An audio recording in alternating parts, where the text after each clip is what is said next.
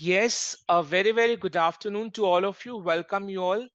In today's class, we are going to continue with the chapter Final Accounts. आज अपने Final Accounts के chapter में और questions को solve करेंगे जो कि एग्जाम में आया हुआ है, right? Starting with question 4. Final Accounts में अपने को क्या करना है? We need to prepare trading and profit and loss account and balance sheet, right? Question 4. X started a business. X started a business on January 1, 2020 with rupees 10,000. In cash, rupees 5,000. In goods, right? And rupees 10,000 in furniture, right? 10,000 in cash, 5,000 in goods and 10,000 in furniture. ये सारे assets के साथ X ने अपना business शुरू किया है on 1st Jan 2020 with 10,000 in cash, 5,000 in goods and 10,000 in furniture. His trial balance on December 31, 2020 was drawn as follows, right? तो मिस्टर एक्स ने एक नया बिजनेस शुरू किया है. शुरुआत किससे किया है? कुछ एसेट्स लाकर किया है. 10,000 का कैश, 5,000 गुड्स का, 5,000 गुड्स का, yes, and 10,000 in furniture and 10,000 in furniture. His trial balance on December 31, 2020 was drawn as follows. जो तो मिस्टर एक्स का फर्स्ट अकाउंटिंग ईयर का ट्रायल बैलेंस दिया हुआ है. अकाउंटिंग ईयर एंड कब होता है? 31 दिसंबर 2020, यानी 31 दिसंबर 2020 को ईयर एंड होता है जिस डेट का ट्रायल बैलेंस दिया हुआ है. यानी mister X follows calendar year as the accounting year, right? जब मिस्टर एक्स ने बिजनेस स्टार्ट किया था, तो बिजनेस स्टार्ट करने के लिए मिस्टर एक्स ने क्या क्या बिजनेस में लाया? मिस्टर एक्स ने 10,000 का कैश बिजनेस में लाया, 5,000 का गुड्स बिजनेस में लाया, 10,000 का फर्नीचर बिजनेस में लाया ऑन 1st Jan 2020. सो ये जो सारी चीजें एसेट्स मिस्टर एक्स ने बिजनेस में लाकर बिजनेस की शुरुआत की ऑन 1st Jan 2020. तो 1st Jan 2020 that is opening date में क्या एंट्री पास हुआ होगा? कैश अकाउंट डेबिट 10,000, बिजनेस में कैश आया 10,000. Stock in trade account debit 5,000, business में गुड्स आया 5,000. So stock in trade account debit 5,000. Furniture account debit, business में फर्नीचर आया 10,000. ये सारे तीनों assets he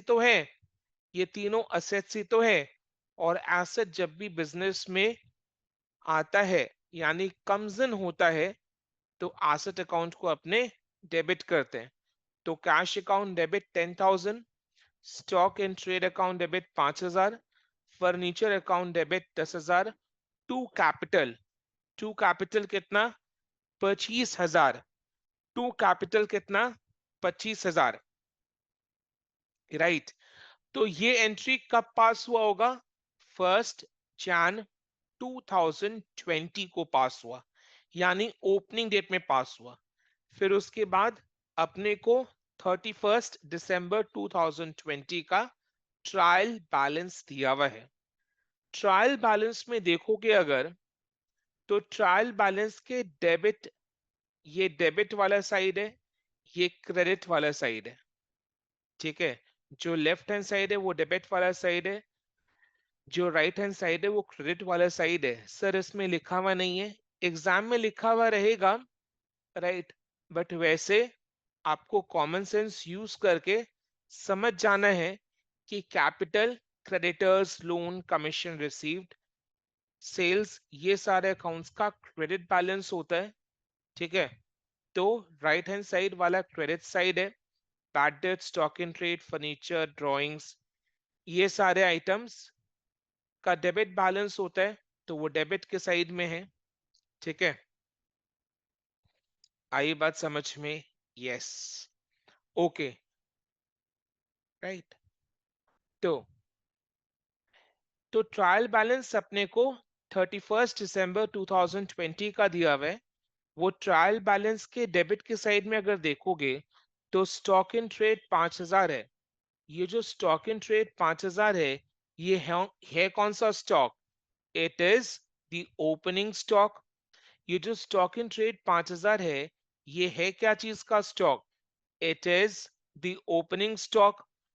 opening stock on 1 Jan 2020। ठीक है, देन नेक्स्ट, फर्नीचर।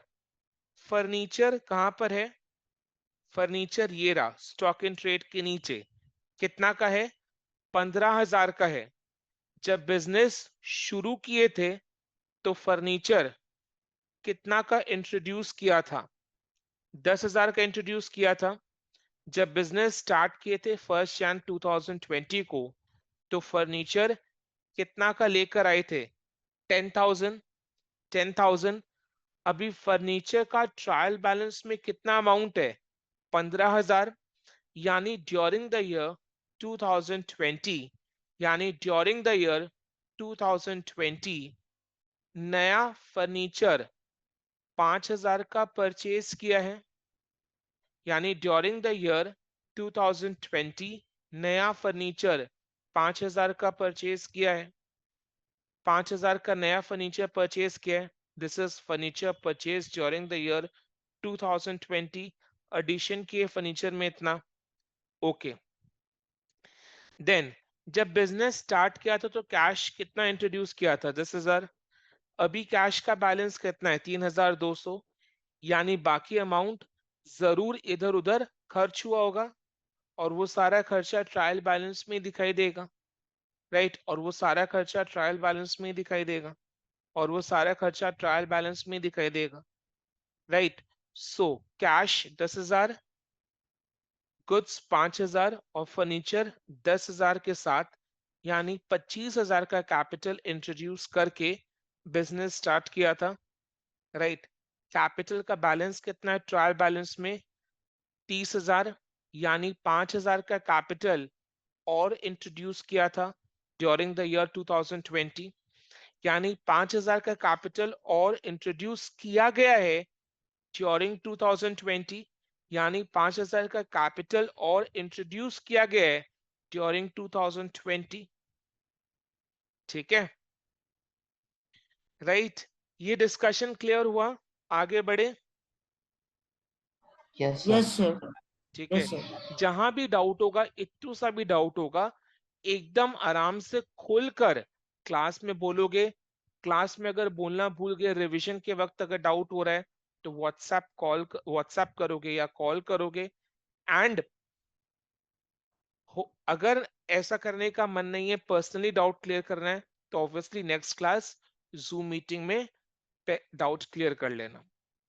पर डाउट को कभी भी अपने अंदर रहने मत देना, हमेशा उसको बोलकर क्लियर कर लेना, राइट। तो जो ओपनिंग एंट्री है उसका डिस्कशन हो गया। एज सच ओपनिंग एंट्रीज का हमारे फाइनल अकाउंट्स के प्रिपरेशन में कोई प्रभाव नहीं पड़ेगा। एज सच ओपनिंग एंट्री का हमारे फाइनल अकाउंट्स के प्रिपरेशन में कोई प्रभाव नहीं पड़ेगा। ठीक है, बट क्योंकि ओपनिंग डेट में कुछ बातें लिखी हुई थी, कुछ इंफॉर्मेशन दिया हुआ था, तो उसका डिस्कशन करना जरूरी था।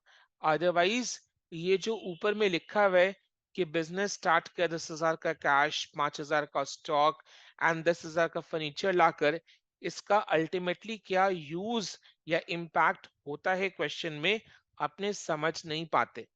ठीक है, राइट, उसको समझना जरूरी है। और देखो, ये 2017 में ही आया क्वेश्चन है, ये 2017 में आया हुआ क्वेश्चन है। ठीक है, राइट। नेक्स्ट क्या लिखा हुआ है, prepare trading account. Trading question का रिक्वायरमेंट क्या है, अपने को ऊपर में ट्रायल बैलेंस दे दिया, और क्वेश्चन का रिक्वायरमेंट क्या है, prepare trading account and profit and loss account for the year ended December 31, 2020, and a balance sheet as on that date after taking into consideration the following. Right. तो अपने को trading account and profit and loss account for the year ended 31 December 2020 बनाना है, and a balance sheet as on 31 December 2020 prepare करना है। आई बात समझ में? तो ये दो चीजें अपने को प्रिपेयर करने फाइनल अकाउंट्स में। क्लियर? राइट। फाइनल अकाउंट से आपके एग्जाम में 15 मार्क्स का क्वेश्चन आता है। राइट, 15 मार्क्स का एक क्वेश्चन आता है, कंपलसरी क्वेश्चन आता है विदाउट एनी ऑप्शन। उसमें ये सारे टाइप के एडजस्टमेंट्स आपको मिलेंगे। राइट, तो एडजस्टमेंट्स को आगे डिस्कस करने से पहले अपने क्या करेंगे, पहले फॉर्मेट प्रिपेयर कर लेंगे। और फॉर्मेट प्रिपेयर करने का क्या स्टाइल होना चाहिए, ध्यान से सुनना। कॉपी को खोलो, कॉपी में टेक टू पेजेस जो कि आमने सामने हैं, pages facing each other. Right, take two blank pages facing each other जो कि आमने सामने हैं, आगे पीछे नहीं, आमने सामने, आगे पीछे नहीं। राइट, तो pages facing each other. Copy का जो राइट हैंड साइड का पेज है, एग्जाम में भी यही स्टाइल को यूज करोगे। कॉपी का जो लेफ्ट हैंड साइड, पहले बताता हूं, कॉपी का जो लेफ्ट हैंड साइड है, राइट, लेफ्ट हैंड साइड वाले पेज में trading and profit and loss account का फॉर्मेट प्रिपेयर कर लो। एंड कॉपी का जो राइट हैंड साइड वाला पेज है, उसमें बैलेंस शीट का फॉर्मेट प्रिपेयर कर लो। अपने क्या करेंगे, trading and profit and loss account and balance sheet दोनों साथ साथ प्रिपेयर करेंगे। राइट, तो लेफ्ट हैंड साइड वाले पेज में trading and profit and loss account, right hand side वाले पेज में बैलेंस शीट प्रिपेयर करेंगे। आई बात समझ में? चलो,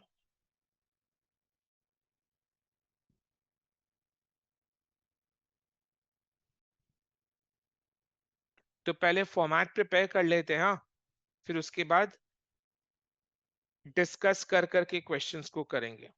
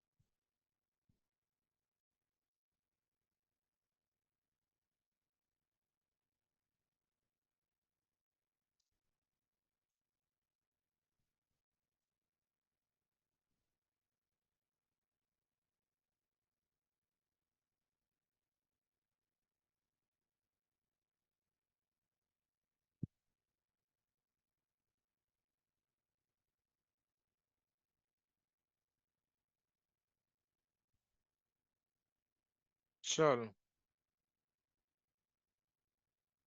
ऊपर में yes, trading and profit and loss account के ऊपर में you have to write in the books.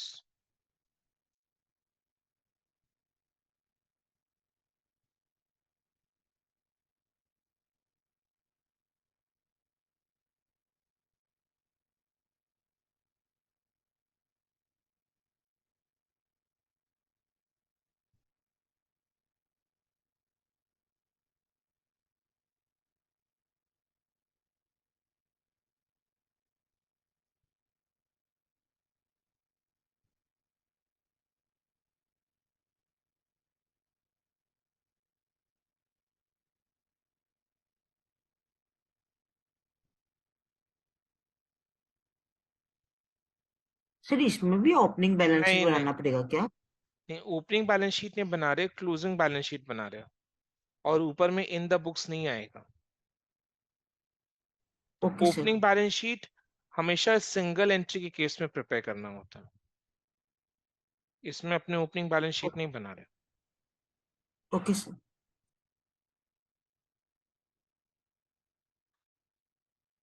Sir format ready हो गया। फॉर्मेट रेडी हो गया, बस मेरे को 1 मिनट का टाइम दो।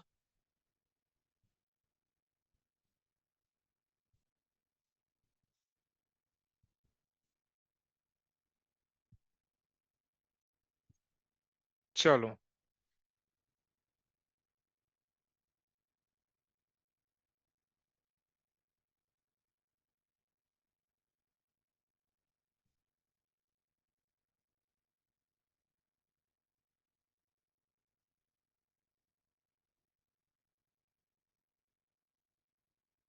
चलो मेरा भी फॉर्मेट रेडी। ठीक है, तो सबसे पहले अपने क्या करेंगे, फॉर्मेट को प्रिपेयर करेंगे। नेक्स्ट अपने क्या करेंगे, ट्रायल बैलेंस के नीचे जो एडजस्टमेंट यानी एडिशनल इंफॉर्मेशन दिया हुआ है, ट्रायल बैलेंस के नीचे जो एडजस्टमेंट्स यानी एडिशनल इंफॉर्मेशन दिया हुआ है, वो सारे एडिशनल इंफॉर्मेशन का इफेक्ट फाइनल अकाउंट्स में देंगे। एंड इसका इफेक्ट फाइनल अकाउंट्स में एक बार नहीं, 2 बार यानी 2 जगह जाएगा। बिकॉज क्या होता है, ये सारे इंफॉर्मेशन ट्रायल बैलेंस के नीचे दिए हुए हैं, यानी ये सारे इंफॉर्मेशन का इफेक्ट बुक्स में आया नहीं। अगर बुक्स में आ गया होता तो ऊपर ट्रायल बैलेंस में रहता है इसका इफेक्ट। बिकॉज ट्रायल बैलेंस अपने कब प्रिपेयर करते हैं, after we have passed journal entries and posted in the ledger accounts. फिर वो सारे लेजर अकाउंट का बैलेंसेस अपने ट्रायल बैलेंस में लिखते हैं। तो ट्रायल बैलेंस में अगर कोई आइटम आया है तो उसका मतलब यही है कि उन सारे आइटम्स का इफेक्ट बुक्स में आ चुका है। बट अगर कोई इंफॉर्मेशन ट्रायल बैलेंस के नीचे है, यानी उसका इफेक्ट ट्रायल बैलेंस में नहीं आया, बिकॉज वो ट्रायल बैलेंस के बाहर है, उसका इफेक्ट बुक्स में नहीं आया, ना उसकी एंट्री पास हुई है, ना लेजर में पोस्टिंग हुई है, तो उसका इफेक्ट अपने को बुक्स में लाते हुए फाइनल अकाउंट्स प्रिपेयर करना है। बुक्स में इफेक्ट लाने के लिए हम कौन सा सिस्टम फॉलो करेंगे, डबल एंट्री सिस्टम फॉलो करेंगे। डबल एंट्री सिस्टम कहने का मतलब क्या है, डबल एंट्री सिस्टम मतलब जितने भी सारे एडिशनल इंफॉर्मेशन है उसका इफेक्ट 2 जगह जाएगा।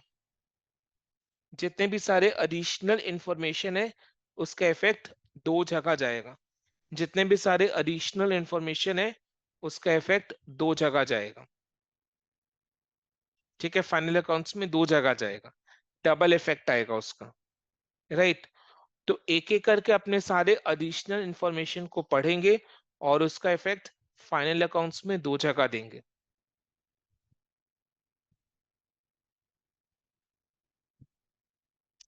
ठीक है, ध्यान से सुनेंगे। पहला additional information, goods valued at rupees 16,000 were destroyed by fire. Goods valued at rupees 15,000 were destroyed by fire. ठीक है, 15,000 का गुड्स आग से जलकर राख हो गया। Against this an insurance claim of 10,000 was to be received, was to be received। तो 15,000 का गुड्स आग से जलकर राख हो गया, जिसके अगेंस्ट इंश्योरेंस क्लेम कितना का रिसीव हुआ, 10,000 का रिसीव होगा। वॉज टू बी रिसीव्ड यानी रिसीव होगा 10,000 का। ठीक है, राइट।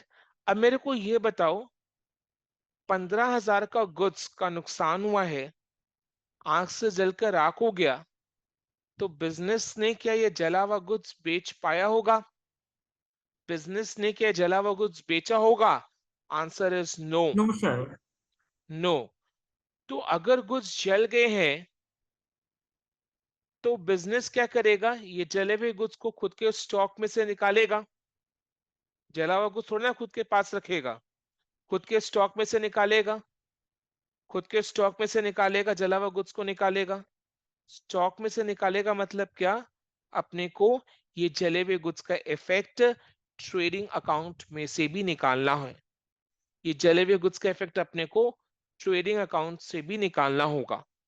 ट्रेडिंग अकाउंट से निकालने के लिए अपने ट्रेडिंग अकाउंट को क्या करेंगे, क्रेडिट।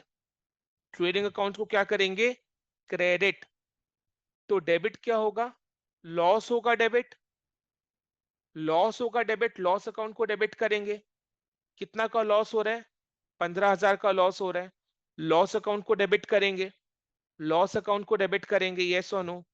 तो एंट्री क्या पास हो रहा है, yes sir. Loss by fire, loss by fire account करो या एबनॉर्मल लॉस लिख लो, लॉस बाय फायर लिखो या एबनॉर्मल लॉस बोल लो। Abnormal loss account debit to trading account 15,000, to trading account 15,000, ठीक है, टू ट्रेडिंग अकाउंट 15,000। तो ट्रेडिंग अकाउंट में से 15,000 का गुड्स जो कि जल के राख हो गया उसको अपने निकाल लिए और लॉस अकाउंट को डेबिट कर दिए। फिर अपने क्या करेंगे, फिर अपने क्या करेंगे, एक एबनॉर्मल लॉस अकाउंट को ओपन करेंगे। कहां पर ओपन करेंगे, जिस पेज में बैलेंस शीट प्रिपेयर किया है उसके ठीक नेक्स्ट पेज में जाकर अपने एक टी शेप में एबनॉर्मल लॉस अकाउंट प्रिपेयर करेंगे जो कि वर्किंग्स का ही पार्ट है, ठीक है। वहां पर अपने ये 15,000 के लॉस को डेबिट करेंगे। अब नॉर्मल लॉस अकाउंट प्रिपेयर कर रहे हैं तो एंट्री क्या पास हो रहा है, अब normal loss account debit to trading account.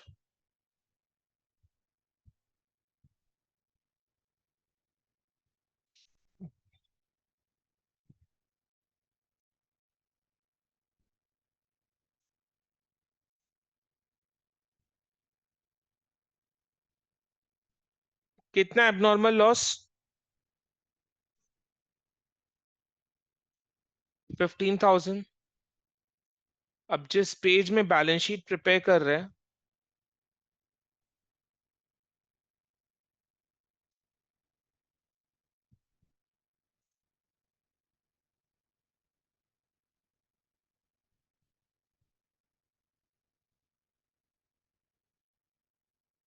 उस पेज के डेबिट के साइड में टू ट्रेडिंग अकाउंट कितना, 15,000,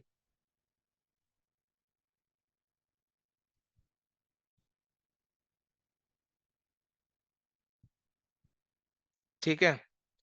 अब बिजनेस ने एक समझदारी की थी, बिजनेस ने इंश्योरेंस करवा रखा था। तो आग जब लगा तो उससे जो नुकसान हुआ वो इंश्योरेंस में क्लेम किया गया। तो इंश्योरेंस कंपनी ने कितना का क्लेम एडमिट किया, 10,000 का क्लेम एडमिट किया। यानी इंश्योरेंस कंपनी ने 10,000 देने का वादा किया, टू बी रिसीव्ड बोला हुआ क्वेश्चन में। यानी इंश्योरेंस कंपनी से अपने को 10,000, बिजनेस को 10,000 का क्लेम रिसीव होगा। It is receivable, receivable from the insurance company, from the insurance company, ठीक है। और ये 10,000 से क्या हो रहा है, हमारा लॉस कम हो रहा है या बढ़ रहा है, हमारा लॉस कम हो रहा है, ठीक है। ये 10,000 रिसीव होने से क्या हो रहा है, जो 15,000 का दिखाई दे रहा था वो अब 5,000 का दिखाई देगा। 10,000 से हमारा लॉस कम हो रहा है। तो एंट्री क्या पास करेंगे अपने, insurance claim account debit to abnormal loss. Insurance claim account debit 10,000 क्यों, because insurance claim is now receivable. यानी इतना पैसा इंश्योरेंस कंपनी से रिसीव होगा, मिलेगा, तो रिसीवेबल है। तो insurance claim account debit to to abnormal loss. तो एबनॉर्मल लॉस के बाई साइड में इंश्योरेंस क्लेम 10,000 लिखेंगे अपने, इंश्योरेंस क्लेम 10,000 लिखेंगे। ये 10,000 और कहां जाएगा? ये इंश्योरेंस क्लेम इंश्योरेंस कंपनी से मिलने का है, रिसीवेबल है, तो it is like a asset. पैसा अगर कहीं से भी मिलने का होता है, वो हमारे लिए असेट होता है, बिजनेस के लिए असेट होता है, तो इट इज एन असेट। तो इसका दूसरा ट्रीटमेंट कहां जाएगा? अपने बैलेंस शीट के असेट के साइड में लिखेंगे इंश्योरेंस क्लेम 10,000। तो देखो 15,000 का दो जगह इफेक्ट आ गया, 10,000 का दो जगह इफेक्ट आ गया। अब 15,000 और 10,000 में क्या डिफरेंस है? 5,000। ये जो 5,000 का नेट लॉस है, ये नेट लॉस अपने क्या करेंगे? प्रॉफिट एंड लॉस अकाउंट में डेबिट करेंगे। ये नेट लॉस अपने क्या करेंगे? प्रॉफिट एंड लॉस अकाउंट में डेबिट करेंगे।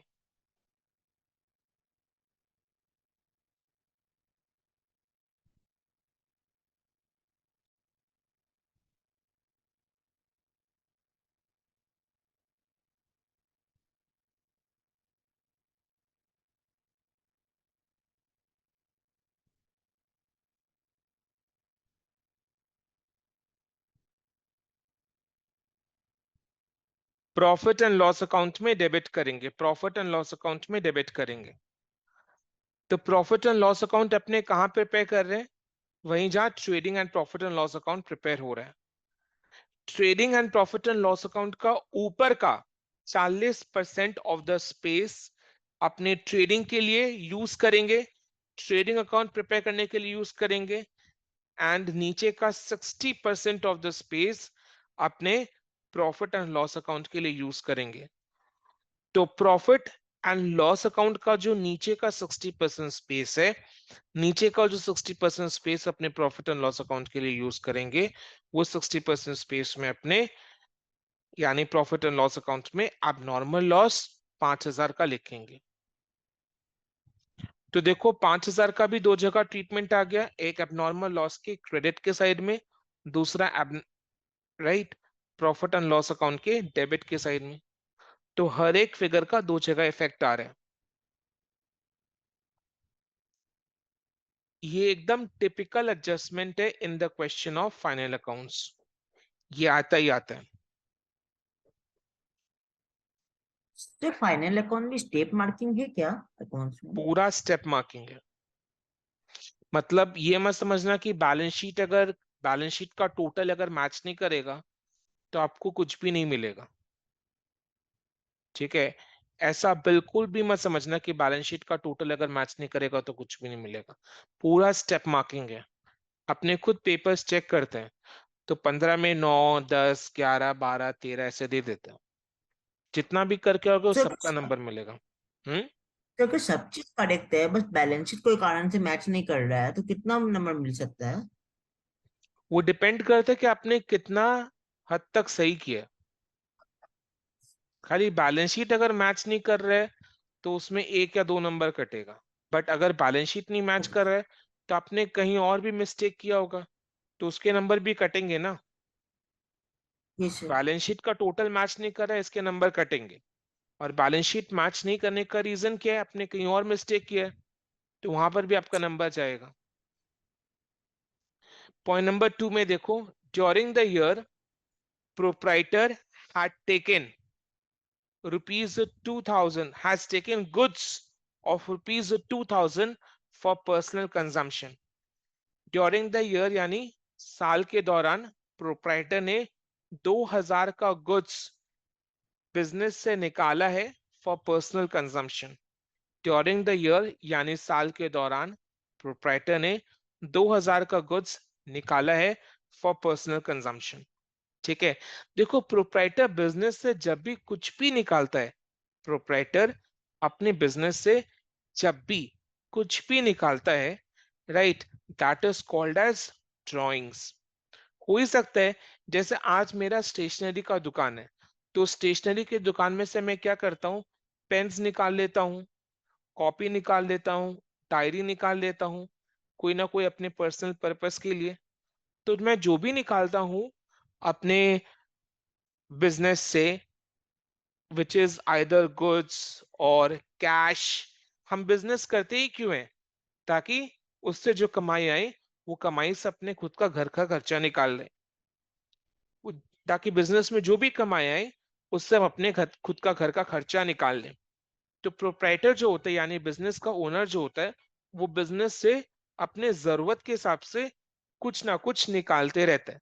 तो जो भी वो निकालता है बिजनेस से, that is called as drawings. That is called as drawings, right. अब प्रोप्राइटर ने 2000 का गुड्स निकाला, तो this is also drawings. Drawings account को अपने क्या करते हैं, डेबिट करते हैं। डेबिट क्यों करते हैं? Because drawings account represent the proprietor. Proprietor is a personal account, और प्रोप्राइटर बिजनेस से जब भी गुड्स निकाल रहा है या कैश निकाल रहा है, जिसको अपने ड्रॉइंग्स बोलते हैं, in this case proprietor is the receiver. Proprietor is the receiver, and receiver को अपने डेबिट करते हैं। What is going out? 2000 का stock is going out. What is going out? 2000 का स्टॉक इज गोइंग आउट। और 2000 का स्टॉक आपने इस साल खरीदा था, तो 2000 से परचेजेस कम हो जा रहे हैं। परचेज किया हुआ आइटम्स का स्टॉक 2000 से कम हो रहा है कि नहीं हो रहा है? अगर प्रोप्राइटर 2000 का गुड्स बिजनेस से निकाल रहा है, इसका मतलब बिजनेस में परचेज किया हुआ स्टॉक 2000 से कम हो रहा है। यानी अपने परचेजेस को क्या करेंगे, डिक्रीज करेंगे। परचेजेस को क्या करेंगे, डिक्रीज करेंगे। सो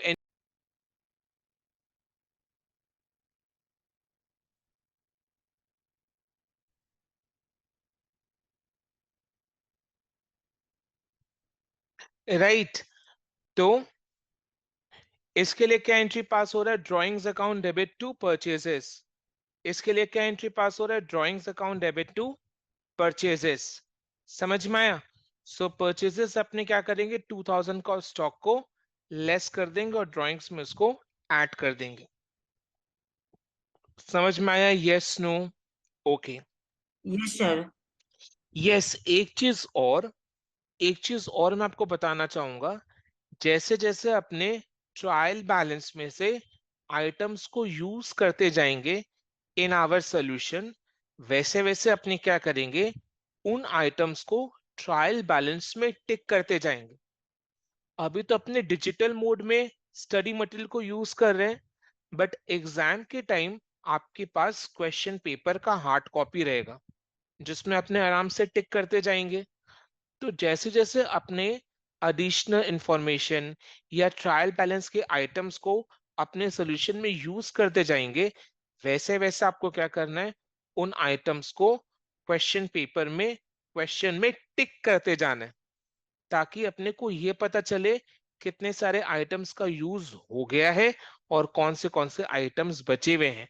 बिकॉज लास्ट में अपने क्या करेंगे, एडिशनल इंफॉर्मेशन का ट्रीटमेंट करने के बाद ट्रायल बैलेंस में जितने भी बचे हुए आइटम्स है, उन सारे आइटम्स का सोल्यूशन में ट्रीटमेंट करेंगे। तो बचा हुआ आइटम्स अपने को सामने नजर आए, राइट। इस वजह इसके लिए अपने क्या करेंगे, जैसे जैसे इंफॉर्मेशन को यूज करते जा रहे हैं ट्रायल बैलेंस में से, उसको टिक मारते जाएंगे। ठीक है,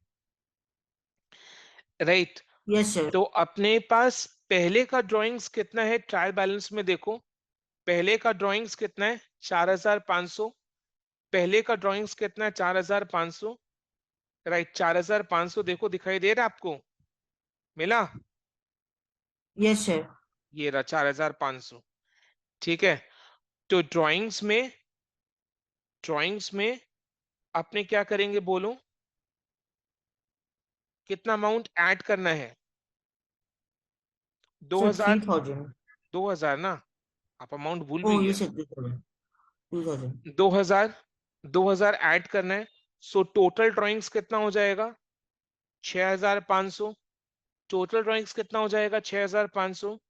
वो 6500 को अपने क्या करेंगे, कैपिटल से लेस करेंगे, बिकॉज ड्राइंग्स हमेशा कैपिटल से लेस किया जाता है। जब भी, क्यों? बिकॉज ड्राइंग्स और कैपिटल एक दूसरे का पूरक है, अपोजिट है। जब भी प्रोप्राइटर बिजनेस में कुछ भी लेकर आता है, उसको कैपिटल अकाउंट में क्रेडिट करते हैं, और जब भी प्रोप्राइटर बिजनेस में से कुछ निकालता है, उसको ड्राइंग्स अकाउंट में डेबिट करते हैं। सो कैपिटल कितना है? 30,000 का है। कैपिटल कितना है? 30,000 का है। 30,000 के कैपिटल से अपने क्या करेंगे? उसको लेस करेंगे। आई बात समझ में? एंड देन टोटल ड्राइंग्स को लेस करेंगे, टोटल ड्राइंग्स को लेस करेंगे। पहले तो 4,500 के ड्राइंग्स में 2,000 ऐड करेंगे, सो टोटल ड्राइंग्स हो जाएगा 6,500। फिर 6,500 का ड्राइंग्स को अपने क्या करेंगे? कैपिटल से लेस करेंगे, बैलेंस शीट में लाइबिलिटीज साइड में कैपिटल से लेस करेंगे। देन दूसरा अपने को क्या दिया हुआ है? परचेजेस। परचेजेस कितना है? 18,000 का है। परचेजेस कितना है? 18,000 का है। 18,000 का परचेजेस से क्या करना है? 2,000 लेस करना है। बिकॉज अगर प्रोप्राइटर बिजनेस में तो 2,000 का आइटम्स निकाल के ले जा रहे हैं, उससे क्या हो रहा है? परचेज किया हुआ आइटम्स का स्टॉक 2,000 से कम हो रहा है। 18,000 माइनस 2,000। क्लियर? चलो, यस सर। फिर ये सारे आइटम्स का इस तरीके से इफेक्ट देने के बाद आप क्या करोगे? ट्रायल बैलेंस में ड्राइंग्स को टिक करोगे, परचेजेस को टिक करोगे, एंड कैपिटल को टिक करोगे। ड्राइंग्स को टिक करोगे, परचेजेस को टिक करोगे, कैपिटल को टिक करोगे। ओकेस, चलो।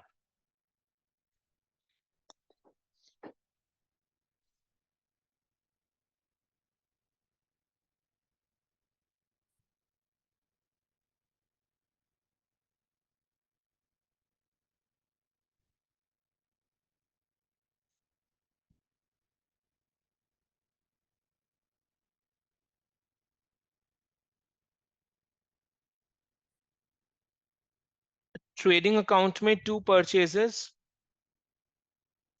इनर कॉलम में 18,000,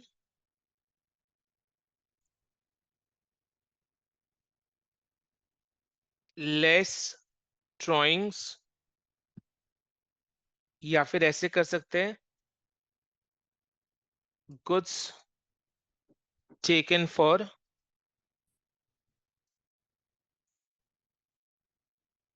पर्सनल यूज। कितना? 2,000। कितना आ रहा है? 16,000 आ रहा है। इनर कॉलम में ही लिखो इसको, इनर कॉलम में ही लिखो। देन बैलेंस शीट में कैपिटल,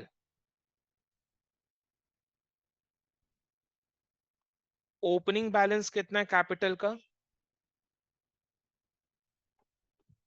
30,000।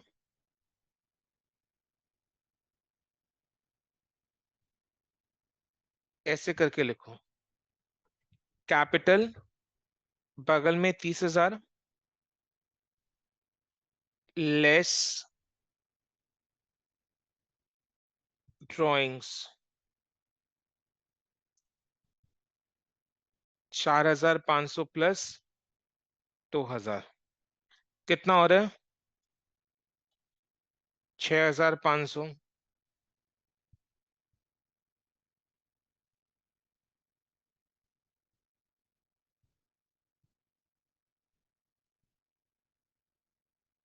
23,500 आ रहा है। इनर कॉलम में लिखेंगे। सर इनर कॉलम में क्यों लिख रहे हैं? बिकॉज इसमें अपने को प्रॉफिट अगर होगा तो ऐड करना पड़ेगा, लॉस अगर होगा तो माइनस करना पड़ेगा, तब जाके कैपिटल का क्लोजिंग बैलेंस निकलेगा। या फिर अगर आपको अभी टोटल नहीं करना है, सब टोटल नहीं करना है, तो जाने भी दे सकते हैं, 23,500 नहीं भी लिख सकते हैं, चलेगा।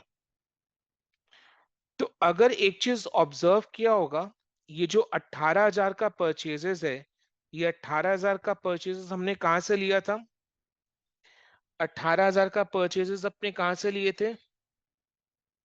ट्रायल बैलेंस में से लिए थे, तो उसका इफेक्ट एक ही जगह आ रहा है, राइट।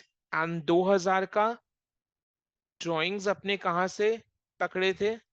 ट्रायल एडजस्टमेंट से, एडिशनल इंफॉर्मेशन से। तो ये 2,000 का इफेक्ट दो जगह आ रहा है, एक परचेजेस से लेस कर रहे हैं, दूसरा देखो ड्राइंग्स में ऐड कर रहे हैं। 2,000 ड्राइंग्स में ऐड किया। फिर 30,000 का कैपिटल अपने कहां से लिए थे? ट्रायल बैलेंस में से लिए थे, तो उसका इफेक्ट एक ही बार आ रहा है। एंड 4,500 का ड्राइंग्स अपने कहां से लिए थे? ट्रायल बैलेंस से लिए थे, तो उसका इफेक्ट एक ही बार आ रहा है। बिकॉज ट्रायल बैलेंस में अगर कोई आइटम है तो उसका जर्नल एंट्री और लेजर में पोस्टिंग हो चुका है, तो वो लेजर का बैलेंसेस ही ट्रायल बैलेंस में मौजूद होता है। यानी ट्रायल बैलेंस में जो आइटम्स है उसका इफेक्ट बुक्स में आ चुका है। तो ट्रायल बैलेंस के आइटम्स को अपने को खाली एक ही जगह उसका इफेक्ट देना है, इन दी फाइनल अकाउंट्स। यहां तक clear? Yes sir. Yes sir. चलो नेक्स्ट आगे बढ़ रहे हैं। नेक्स्ट इंफॉर्मेशन 2 का second part, the value of remaining stock in hand. ये वाला, the value of remaining stock in hand was rupees 8,000. The value of remaining stock in hand was rupees 8,000. ठीक है, ये क्या 8,000 क्या है? This is the amount of closing stock. The value यानी amount of remaining stock in hand. Remaining stock in hand मतलब it is the closing stock was rupees 8,000। तो closing stock का अमाउंट कितना है? 8,000। क्लोजिंग स्टॉक को अपने क्या करते हैं? ट्रेडिंग अकाउंट के क्रेडिट के साइड में लिखते हैं और बैलेंस शीट के असेट के साइड में लिखते हैं। ट्रेड क्लोजिंग स्टॉक का दो जगह इफेक्ट कैसे आता है? क्लोजिंग स्टॉक का दो जगह इफेक्ट कैसे आता है? एक ट्रेडिंग के क्रेडिट के साइड में लिखते हैं बाय क्लोजिंग स्टॉक, दूसरा बैलेंस शीट के असेट के साइड में लिखते हैं स्टॉक इन ट्रेड। ठीक है, दूसरा बैलेंस शीट के असेट के साइड में लिखते हैं स्टॉक इन ट्रेड,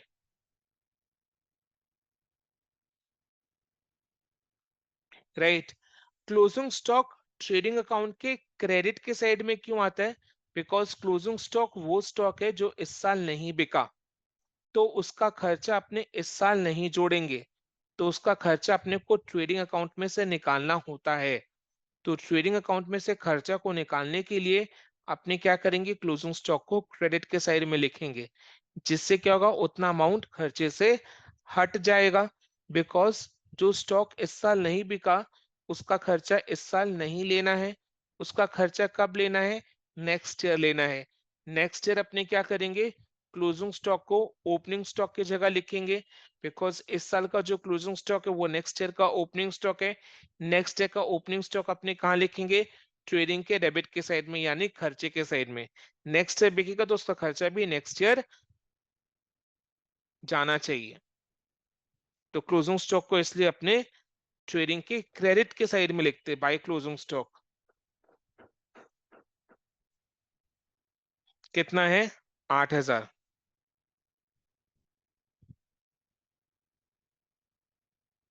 इसका दूसरा इफेक्ट बैलेंस शीट के असेट के साइड में स्टॉक इन ट्रेड,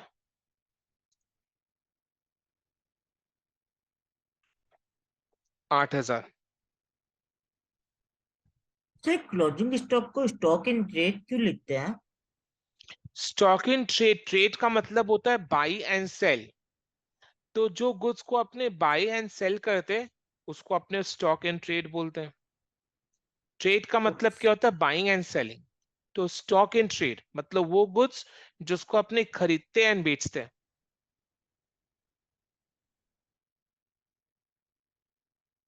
आप क्लोजिंग स्टॉक भी लिख सकते हो उसको। Okay sir. Depreciate furniture bye 10% per annum. Furniture पर 10% डेप्रिसिएशन पर एनम चार्ज करना है, right. The addition to furniture was made on 1st April। Addition कितने अमाउंट का है, कौन बता पाएगा? मतलब एडिशन मतलब नया फर्नीचर इस साल कितने का परचेज किए। याद करो जब मिस्टर एक्स ने बिजनेस स्टार्ट किया था तो कितना का फर्नीचर बिजनेस में लाया था? 10,000। फिर ट्रायल बैलेंस में फर्नीचर कितना का दिखाई दे रहा है? 15,000। होगा। यानी यस, यानी 5,000 का फर्नीचर बिजनेस में करेंट ईयर में इंट्रोड्यूस हुआ। राइट, देखो फर्नीचर ओपनिंग डेट में कितना का था? 10,000 जितना वो लेकर आया था। फिर ट्रायल बैलेंस में फर्नीचर का अकाउंट का बैलेंस कितना दिखाई दे रहा है? 15,000। यानी 5,000 का फर्नीचर इस साल नया परचेज हुआ है। 5,000 का फर्नीचर इस साल नया परचेज हुआ है। कौन से डेट में परचेज हुआ? 1 अप्रैल को परचेज हुआ। 5,000 का फर्नीचर 1 अप्रैल को परचेज हुआ। 5,000 का फर्नीचर 1 अप्रैल को परचेज हुआ। राइट, तो फर्नीचर का ओपनिंग डेट का बैलेंस कितना है? 10,000। एंड नया फर्नीचर कितना का परचेज किए? 5,000। तो क्लोजिंग बैलेंस कितना हो गया? 15,000। अब ध्यान सुनो, फर्नीचर पर डेप्रिसिएशन चार्ज करना है। डेप्रिसिएशन कैसे चार्ज करोगे? जो पुराना फर्नीचर है जो ओपनिंग डेट में था 10,000 का, वो फर्नीचर पूरे साल यूज हुआ है, बिजनेस में पूरे साल यूज हुआ है, तो उस पर पूरे साल का डेप्रिसिएशन चार्ज होगा। पूरे साल का डेप्रिसिएशन चार्ज होगा। और जो फर्नीचर 5,000 का 1 अप्रैल को परचेज हुआ, उस पर अप्रैल से लेकर दिसंबर 9 महीने का डेप्रिसिएशन चार्ज होगा। तो 10,000 वाले पुराने फर्नीचर पर पूरे साल का डेप्रिसिएशन, 5,000 के नए फर्नीचर पर 5,000 के नए फर्नीचर पर 9 महीना का डेप्रिसिएशन अप्रैल से लेकर दिसंबर। डेप्रिसिएशन का मतलब क्या होता है? डेप्रिसिएशन का मतलब ये होता है कि एसेट को यूज करते करते जब एसेट पुराना हो जाता है ना, यूज करने के वजह से, तो एसेट का वैल्यू कम हो जाता है। That decrease in the value is called depreciation. तो डेप्रिसिएशन बिजनेस के लिए खर्चा है जिसके वजह से एसेट का वैल्यू डिक्रीज होता है। तो एंट्री क्या पास होता है? Depreciation account debit to furniture.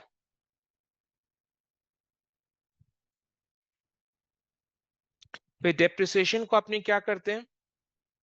Profit and loss account के डेबिट के साइड में लिखते हैं। फर्नीचर क्या है? एसेट है। फर्नीचर क्या है? एसेट है। बैलेंस शीट के एसेट के साइड में आएगा, वहां से अपने लेस डिप्रिसिएशन करेंगे।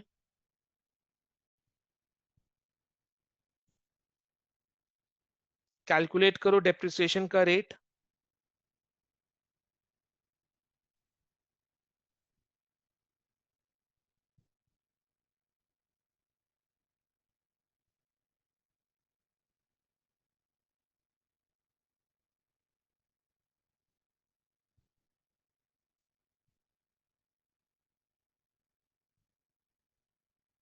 ठीक है, इतना का डिप्रिसिएशन आ रहा है, यस और no?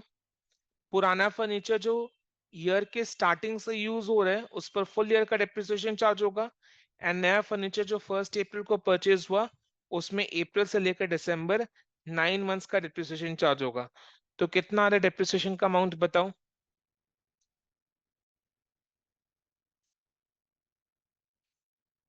1375।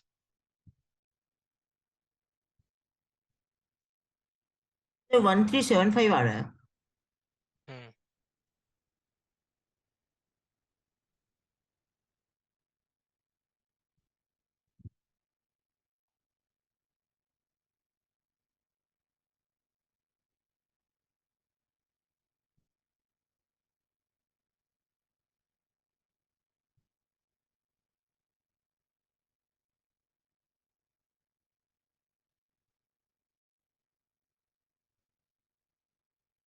Then profit and loss account के डेबिट के साइड में ये डेप्रिसिएशन का खर्चा अपने लिख देंगे।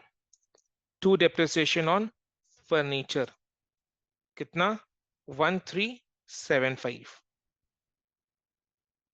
देखो डेप्रिसिएशन का बात एडिशनल इंफॉर्मेशन में बोला हुआ था, इसलिए उसका ट्रीटमेंट दो जगह आ रहा है।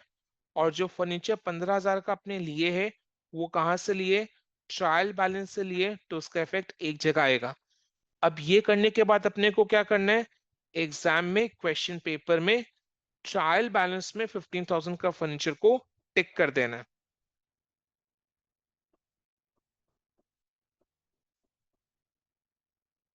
नेक्स्ट इंफॉर्मेशन 4 में देखते हैं। Y debtor for 2000, Y debtor for 2000 was declared insolvent, यानी वाई एक डेटर है जिसको बिजनेस ने उधार में सेल किया, राइट, जिससे पैसा मिलने का है, वो हो गया इंसॉल्वेंट, यानी बैंकरप्ट हो गया, दिवालिया निकल गया उसका। उससे 2,000 मिलने का था, अब कितना मिलेगा? ओनली 50 पैसा इन द रुपी। ओनली 50 पैसा इन द रुपी मतलब क्या? 1 रुपए में 50 पैसा। हर 1 रुपए में 50 पैसा, यानी 50%। हर 1 रुपए में 50 पैसा, यानी 2 रुपए में, 2 रुपए में 1 रुपया, तो 2,000 में 1,000। हर 1 रुपया में 50 पैसा, यानी 2 रुपए में 1 रुपया, और 2,000 में 1,000 रुपया। Was receivable against his estate, was receivable against his estate. खाली 1,000 उससे मिलने का है, बाकी 1,000 मिलेगा? Answer is no. तो बाकी 1,000 क्या हो गया? It is bad debt. It is bad debt. It is bad debt. बाकी 1,000 इज बैड डेथ। समझ में आया? एक वाई एक डेटर है जिससे 2,000 मिलने का है, बट वो बैंकरप्ट हो गया है, तो अपने को खाली 1,000 मिलेगा, 1,000 नहीं मिलेगा। तो जो नहीं मिलेगा वो हमारे लिए लॉस है, उसको अपने बैड डेथ का लॉस बोलते हैं। इसका क्या ट्रीटमेंट होता है? अपने बैड डेथ के लॉस को डेबिट करते हैं प्रॉफिट एंड लॉस अकाउंट में, और डेटर्स बैलेंस शीट के असेट के साइड में डेटर्स से 1,000 का बैड डेथ का लॉस लेस कर देते हैं। ठीक है, चलो। कोई पुराना बैड डेथ का लॉस क्वेश्चन में दिया हुआ है? यस, 3,500। पहला आइटम देखो, 3,500, यानी इतना पहले से बैड डेथ का लॉस हुआ हुआ है, हुआ हुआ है। ठीक है, तो टोटल बैड डेथ का लॉस कितना हो गया? 4,500। टोटल बैड डेथ का लॉस कितना हो गया? 4,500। ठीक है, बैड डेथ का जो लॉस है वो अपने किधर लिखेंगे? प्रॉफिट एंड लॉस अकाउंट के डेबिट के साइड में लिखेंगे, to bad death.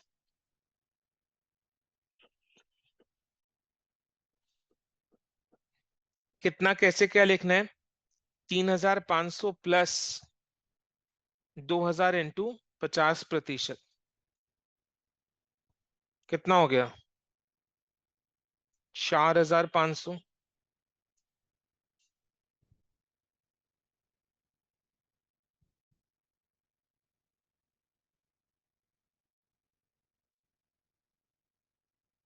Then balance sheet में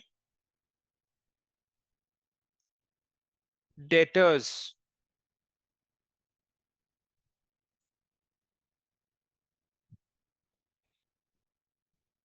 से अपने लेस करेंगे बैड डेथ।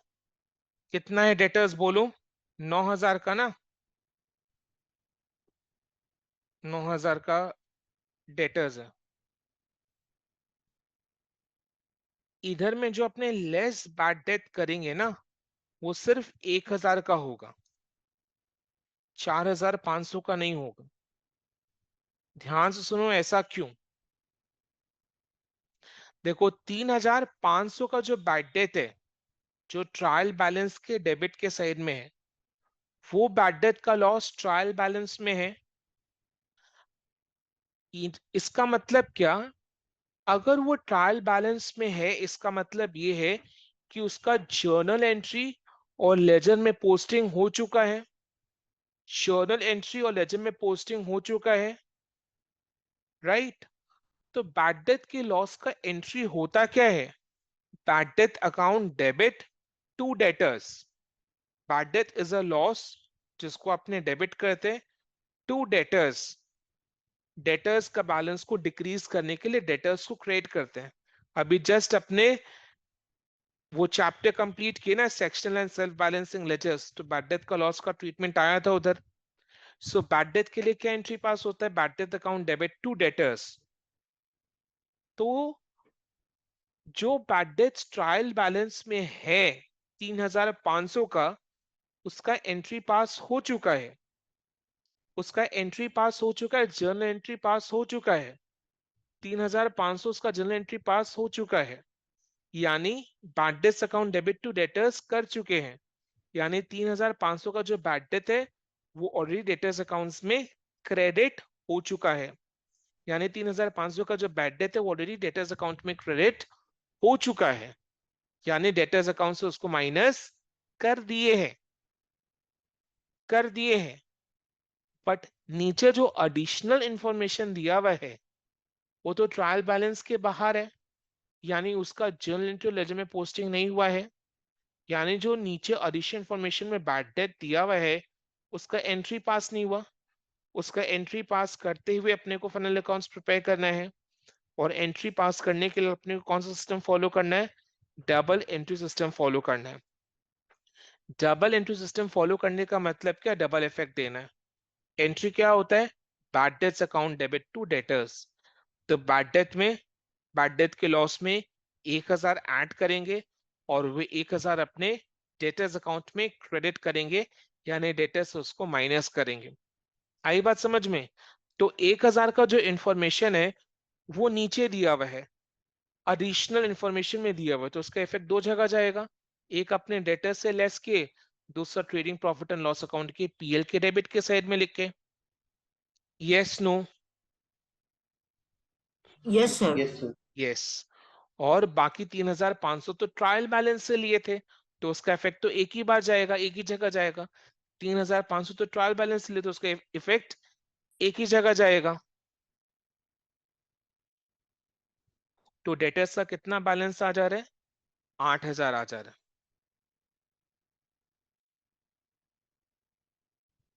इनर कॉलम में लिखना है 8,000। हाँ, इनर कॉलम में लिखेंगे बिकॉज नीचे में प्रोविजन का एडजस्टमेंट दिया हुआ है, additional okay information. Sir.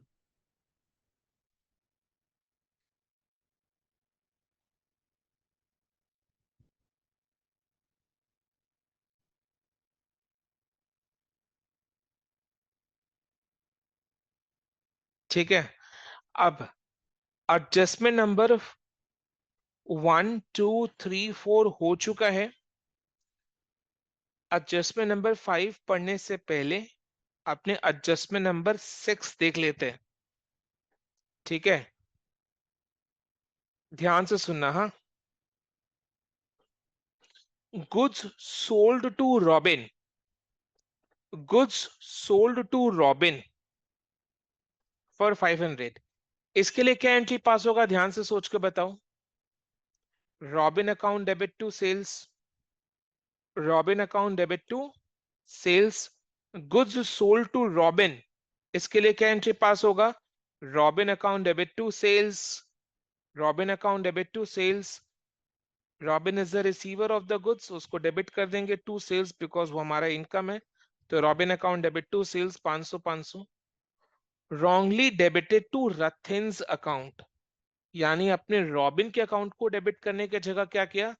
रथिन्स account को डेबिट कर दिया, रथिन के अकाउंट को डेबिट कर दिया। क्या एंट्री पास किया?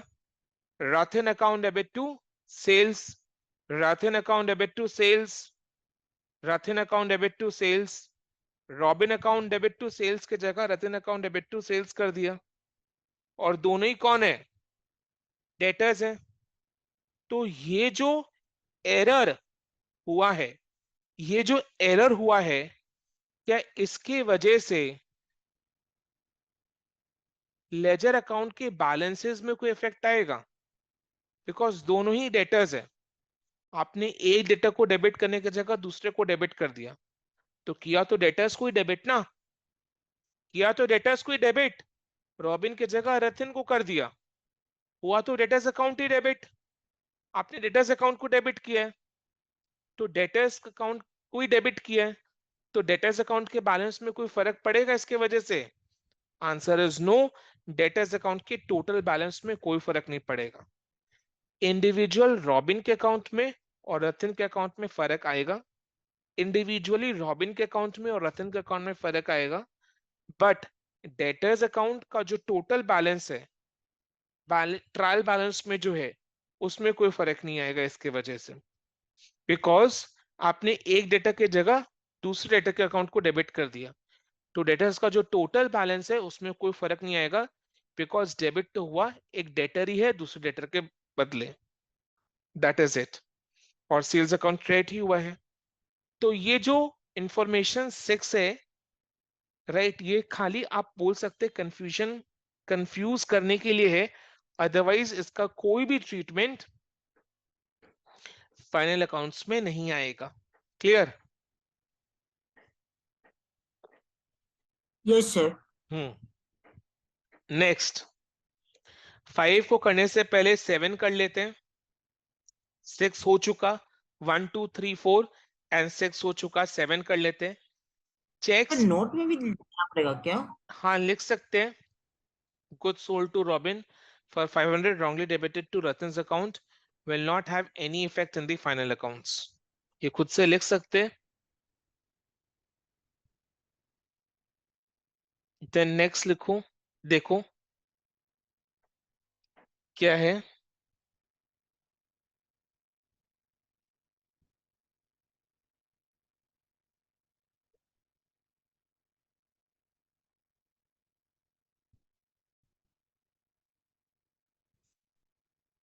सेवन में checks issued to a creditor was wrongly debited to purchases account. Cheques issued to a creditor, अपने जब क्रेडिटर को चेक इशू करते हैं, यानी उनको चेक के थ्रू पेमेंट करते हैं, तो एंट्री क्या पास होता है? Creditors account debit to bank. Entry क्या पास होता है? Creditors account debit to bank. Creditors account debit to bank होता है ना, because creditors are the receiver, उसके अकाउंट को डेबिट करेंगे टू बैंक, बिकॉज बैंक से पैसा निकल रहा है। So creditors account debit to bank होता है। was wrongly debited to purchases account, was wrongly debited to purchases account। So आपने creditors account debit to bank की जगह purchases account debit to bank कर दिया। आपने creditors account debit to bank की जगह purchases account debit to bank कर दिया, तो परचेजेस अकाउंट डेबिट हो गया। किसके जगह? क्रेडिटर अकाउंट की जगह, राइट। तो अपने को क्या करना है? परचेजेस अकाउंट डेबिट हुआ है, यानी परचेजेस अकाउंट इंक्रीज हुआ है। परचेजेस अकाउंट डेबिट हुआ है, यानी परचेजेस अकाउंट इंक्रीज हुआ है, बिकॉज परचेजेस को तो अपने यूजुअली डेबिट ही करते हैं। जब परचेज करते तो क्या एंट्री पास होता है? परचेजेस टू बैंक, और वही आपने कर दिया, परचेजेस टू बैंक। यानी ये 800 का पेमेंट टू क्रेडिटर आपने परचेजेस में ऐड कर दिया, परचेजेस अकाउंट को डेबिट करके। तो ये 800 अपने क्या करेंगे? परचेजेस से लेस करेंगे, परचेजेस से लेस करेंगे, राइट। इसका दूसरा इफेक्ट कहां जाएगा? क्रेडिटर से 800 रुपया लेस करेंगे, बिकॉज क्रेडिटर्स को ये 800 रुपया पेमेंट हो चुका है ना, तो क्रेडिटर्स को डेबिट करना चाहिए था, आपने परचेजेस को डेबिट कर दिया, परचेजेस में 800 रुपया ऐड कर दिया, तो परचेजेस अकाउंट रॉन्गली डेबिट हुआ। डेबिट कौन सा अकाउंट होना चाहिए था? Creditors account. Creditors account debit होने का मतलब क्या? क्रेडिटर्स का बैलेंस डिक्रीज करना, तो अपने क्रेडिटर्स में से 800 रुपया को हटा देंगे। क्लियर? Yes sir. ओके, चिराग क्लियर हुआ? Yes sir. पक्का की थोड़ा बहुत? नहीं सर, क्लियर है। हम्म। परचेजेस से लेस कर रहे हैं क्या?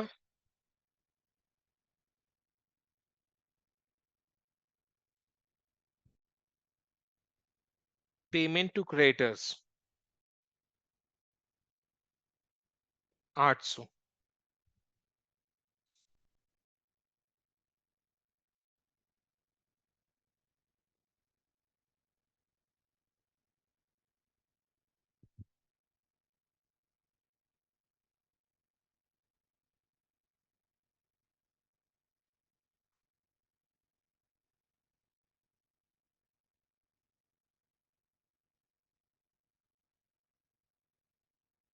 फिर बैलेंस शीट के लाइबिलिटीज साइड में कैपिटल के नीचे 2-3 लाइन का जगह छोड़ू और लिखो क्रेडिटर्स।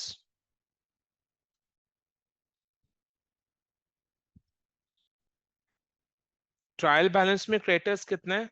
5000 है।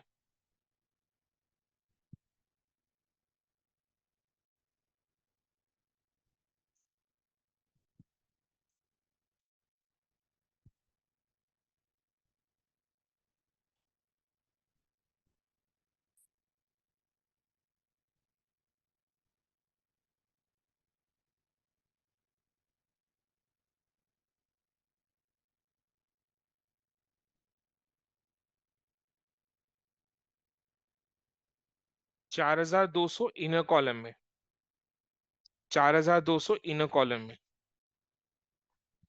तो 800 रुपया एडिशनल इंफॉर्मेशन में दिया हुआ था, तो उसका दो जगह इफेक्ट आया। एक अपने परचेजेस से माइनस के, दूसरा अपने क्रेडिटर से माइनस के।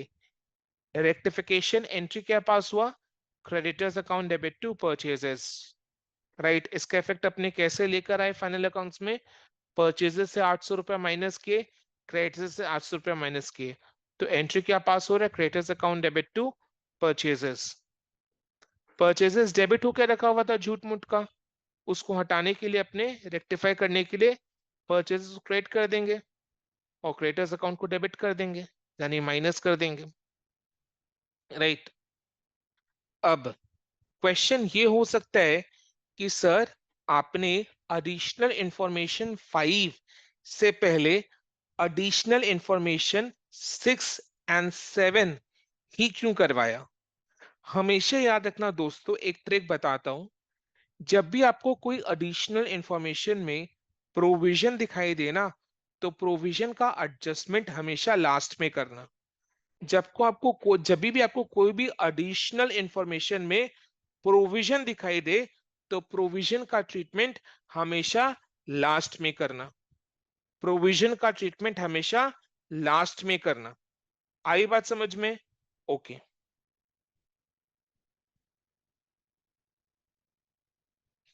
बिकॉज प्रोविजन हमेशा लास्ट के बैलेंस अमाउंट पर कैलकुलेट किया जाता है। नाउ नेक्स्ट, अब लास्ट एडिशनल इंफॉर्मेशन जो कि बचा हुआ है 0.5, वो डिस्कस करते हैं। Create a provision for doubtful debts at 5%। Create provision for doubtful debts at the rate of 5%। देखो, कितना डेटर्स आउटस्टैंडिंग है, बोलो कितना का डेटर्स आउटस्टैंडिंग है? 8000 जितना डेटर्स आउटस्टैंडिंग है, डेटर्स से 8000 मिलने के, जिसमें से 5% डेटर्स में हमें जिसमें से 5% डेटर्स में हमें शंका है, डाउट है कि वो हमें नेक्स्ट ईयर बैड डेट का लॉस दे सकते हैं। तो ऐसे डेटर्स के लिए हम क्या करेंगे? 8000 पर 5% कैलकुलेट करेंगे। 8000 पर 5% कितना हो रहा है? 400 रुपीज। 8000 पर 5% कितना हो रहा है? 400 रुपीज। तो 400 रुपीज का लॉस हम एक्सपेक्ट करते हैं आने वाले साल में। ये लॉस के लिए, ये बैड डेट के लॉस के लिए हम पहले से तैयार है। तैयार कैसे रहेंगे? प्रोविजन बनाकर। प्रोविजन बनाने का क्या मतलब? प्रॉफिट एंड लॉस में से एक अमाउंट को सेट असाइड करके प्रोविजन अकाउंट में डालना। प्रॉफिट एंड लॉस में से अमाउंट को सेट असाइड करना मतलब क्या? प्रॉफिट एंड लॉस अकाउंट को डेबिट करना और उसको प्रोविजन अकाउंट में डालना, मतलब प्रोविजन अकाउंट को क्रेडिट करना, यानी एंट्री क्या पास हुआ, profit and loss account debit to provision for doubtful debts, profit and loss account debit to provision for doubtful debts. So profit and loss account के debit के side में to provision for doubtful debts. अब पहले से क्या कोई provision का balance या अमाउंट दिखाई दे रहा है? Answer is no.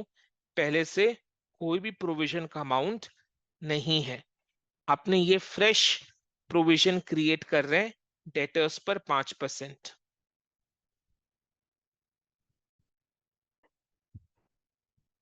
कितना? 400।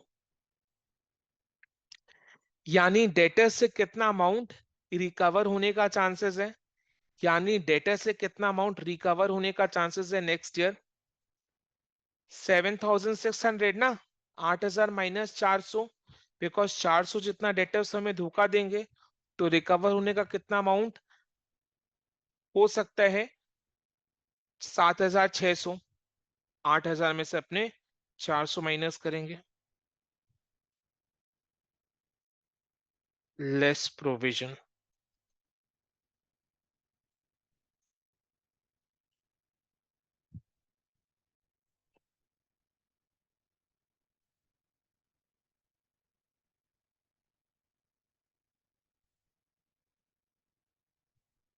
चलो, तो 8,000 में से 4,000 का प्रोविजन माइनस कर देंगे, कितना आ रहा है? 7,600।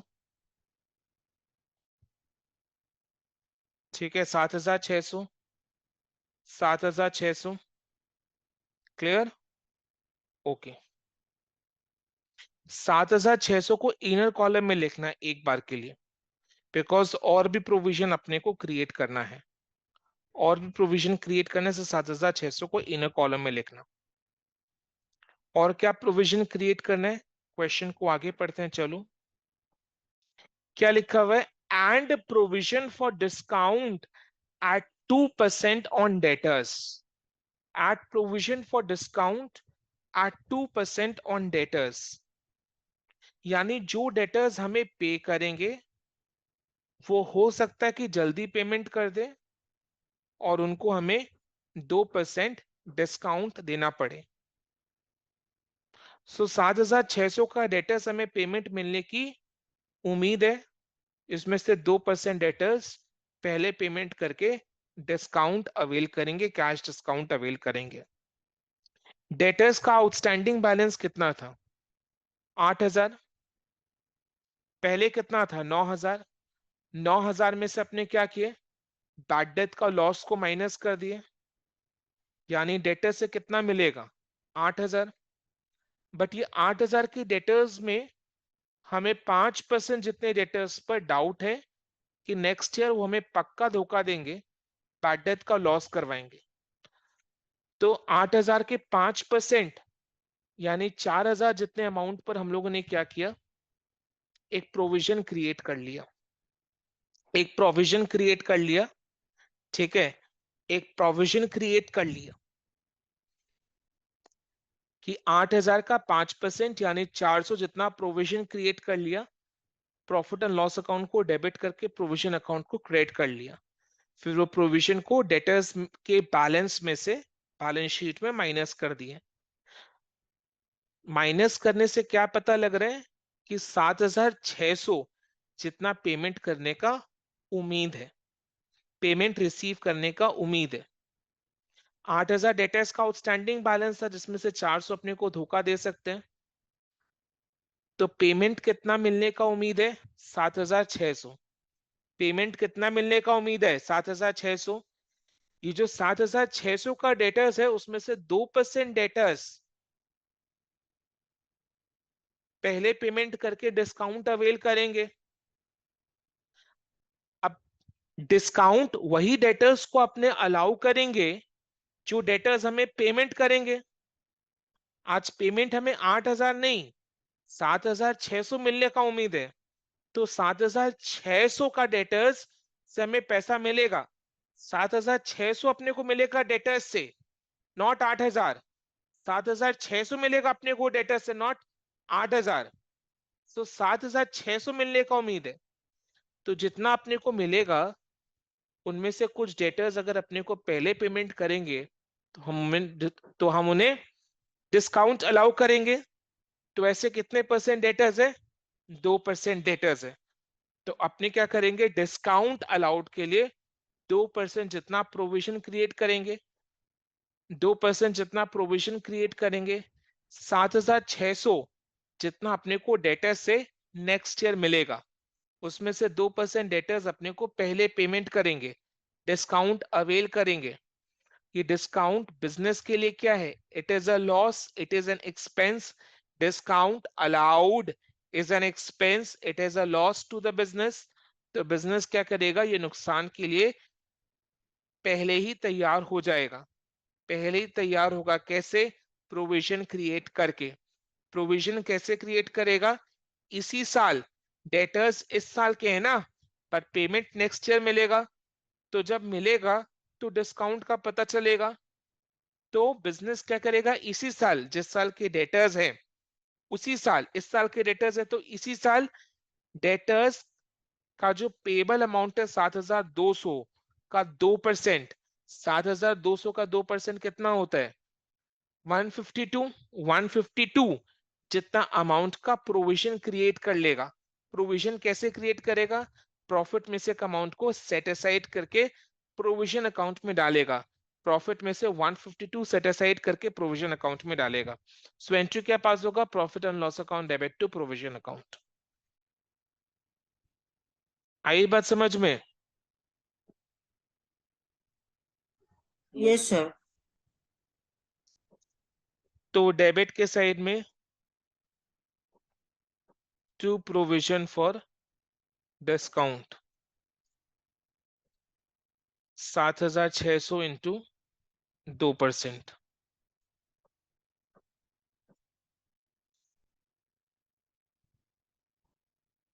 152।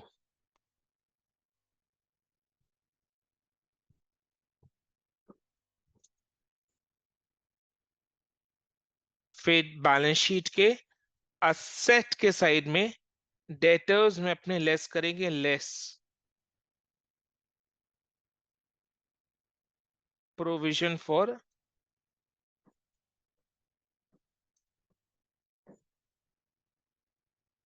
Discount on debtors.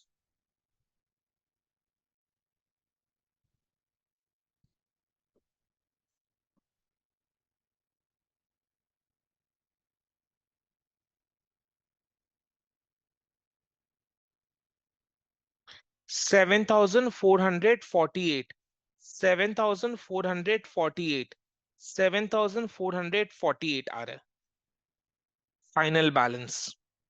देखो अपने को एग्जाम में इसी सीक्वेंस में डेटर्स से अमाउंट को लेस करते जाना है। कैसे कौन सा सीक्वेंस फॉलो करना है? कौन सा सीक्वेंस फॉलो करना है, ध्यान से सुनो। सबसे पहले डेटर्स में से माइनस करेंगे, ये ऑर्डर को फॉलो करना जरूरी है बिकॉज ये लॉजिकल लॉजिकल ऑर्डर है। सबसे पहले डेटर्स में से बैड डेट का अमाउंट माइनस करेंगे बिकॉज बैड डेट वो अमाउंट होता है जो कि डेटर से मिलेगा ही नहीं, कभी भी नहीं मिल पाएगा। तो वो 1,000 को माइनस कर दिए, 1,000 के डेटर्स हमारे लिए जा चुके हैं, उनसे पैसा कभी नहीं मिलेगा। तो 1,000 को माइनस किए, बाकी बचा 800 डेटर्स, यानी इतने डेटर्स से पैसे मिलने की उम्मीद है जिसमें से हमें लगता है कि 5% डेटर्स हमें धोखा देंगे। तो उधर से अपने लेस करेंगे प्रोविजन फॉर डाउटफुल डेट्स। 400 रुपया लेस के, 400 का जितना डेटर्स हमें धोखा दे सकते हैं। तो बाकी बचा 7,600, बाकी बचा 7,600, बाकी बचा 7,600, यानी 7,600 जितना अमाउंट हमें रिसीवेबल है फ्रॉम द डेटर्स, इतना अमाउंट हमें मिलेगा डेटर्स से, 7,600 जितना, राइट। अब जितना मिलेगा वही पहले पेमेंट कर पाएंगे, वही डिस्काउंट अवेल कर पाएंगे, उन्हीं को हम डिस्काउंट दे पाएंगे जो पेमेंट करेंगे। तो वहां से अपने लेस करेंगे less provision for discount on debtors. तो 7,600 में से 2% डेटर्स हमें अर्ली पेमेंट करके डिस्काउंट अवेल करेंगे, डिस्काउंट हमें उन्हें अलाउ करना पड़ेगा।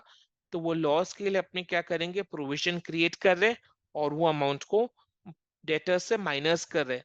तो अल्टीमेटली डेटर्स से कितना रियलाइज होगा, हाथ में कैश कितना आएगा, 7,000 7,448, 7,448। तो अपने को इसी ऑर्डर में डेटर्स अमाउंट को लेस करना है। पहले बैड डेट को लेस करना है, फिर प्रोविजन फॉर डाउटफुल डेट्स को लेस करना है, फिर provision for discount on debtors को लेस करना है। ठीक है, डन। Yes sir. यस चलो, सर। फिर लास्ट क्या बोला हुआ है, provision for discount at 2% on debtors as well as creditors। Creditors से भी, क्रेडिटर्स से हमें क्या होता है, डिस्काउंट रिसीव होता है ना। अगर हम क्रेडिटर्स को जल्दी पेमेंट कर दे तो क्रेडिटर्स से भी हमें डिस्काउंट मिलने की उम्मीद है। तो क्रेडिटर्स से हमें अगर डिस्काउंट मिलेगा वो तो हमारे लिए अच्छी बात है, वो तो हमारे लिए अच्छी बात है ना, वो हमारे लिए इनकम वाली बात हो गई। सो क्रेडिटर से जो हमें डिस्काउंट मिलेगा वो हमारे लिए इनकम है। तो वो इनकम के लिए भी अपने क्या करेंगे, प्रोविजन क्रिएट करेंगे। और वो प्रोविजन कहां पर जाएगा, प्रॉफिट एंड लॉस अकाउंट के क्रेडिट के साइड में, बिकॉज वो इनकम के लिए प्रोविजन है। तो क्रेडिटर्स में से 2% क्रेडिटर्स को हम जल्दी पेमेंट करने की उम्मीद रखते हैं। तो अगर हम उन्हें जल्दी पेमेंट करेंगे तो वो हमें डिस्काउंट देंगे, हमें डिस्काउंट रिसीव होगा, हमारे लिए वो इनकम है जिसके लिए हम पहले से प्रोविजन क्रिएट करेंगे। बिकॉज क्रेडिटर्स इस साल का है, उनको पेमेंट अपने नेक्स्ट ईयर करेंगे, जल्दी पेमेंट करेंगे तो नेक्स्ट डिस्काउंट मिलेगा। तो वो डिस्काउंट हम इस साल क्रिएट करेंगे, वो डिस्काउंट के लिए प्रोविजन अपने इस साल क्रिएट करेंगे जिस साल का क्रेडिटर्स है। तो प्रोविजन फॉर डिस्काउंट रिसीव्ड के लिए अपने क्या करेंगे, प्रॉफिट एंड लॉस अकाउंट को क्रेडिट करेंगे।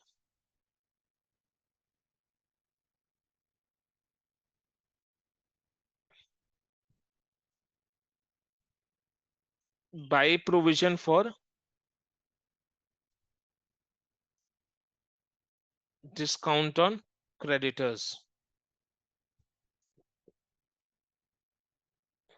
ये डिस्काउंट ऑन डेटर्स है, डिस्काउंट ऑन डेटर्स लिख लो ताकि एक क्लैरिटी मेंटेन रहे।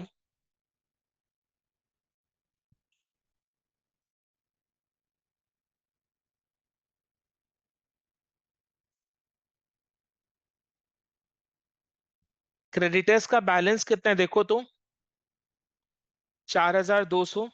4,200 का 2% कितना हुआ, 84 रुपीज।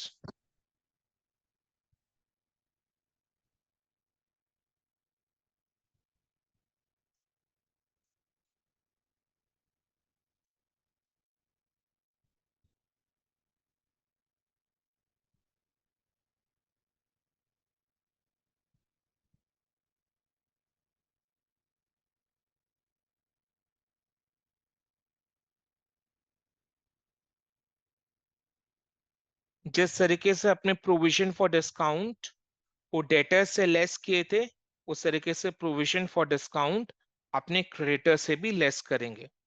यानी इतना कम पेमेंट करना है अपने को,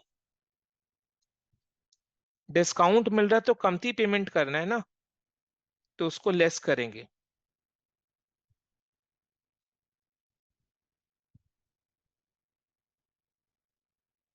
कितना, 84।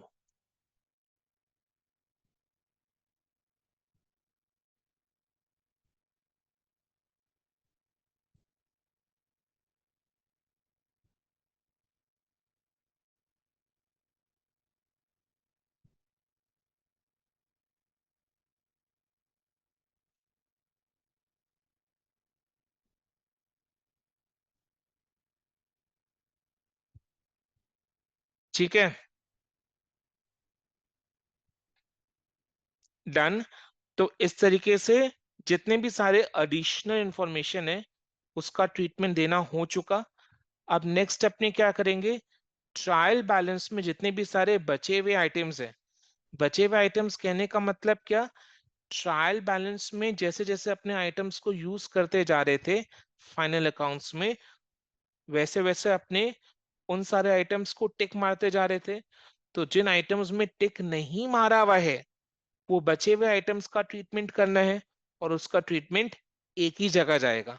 अगर वो एक्सपेंस हुआ तो ट्रेडिंग पीएल के डेबिट के साइड में जाएगा, अगर इनकम हुआ तो ट्रेडिंग पीएल के क्रेडिट के साइड में जाएगा, असेट हुआ तो बैलेंस शीट में जाएगा, लायबिलिटी हुआ तो बैलेंस शीट में जाएगा। राइट। अब देखो, बैड डेट्स, इसका ट्रीटमेंट हो चुका है। स्टॉक इन ट्रेड, इसका ट्रीटमेंट हो चुका है। ओपनिंग स्टॉक, अच्छा ओपनिंग स्टॉक अपने नहीं लिखे, ओपनिंग स्टॉक है ना ये, ओपनिंग स्टॉक अपने नहीं लेके ट्रेडिंग अकाउंट के डेबिट के साइड में लिख दो, टू ओपनिंग स्टॉक।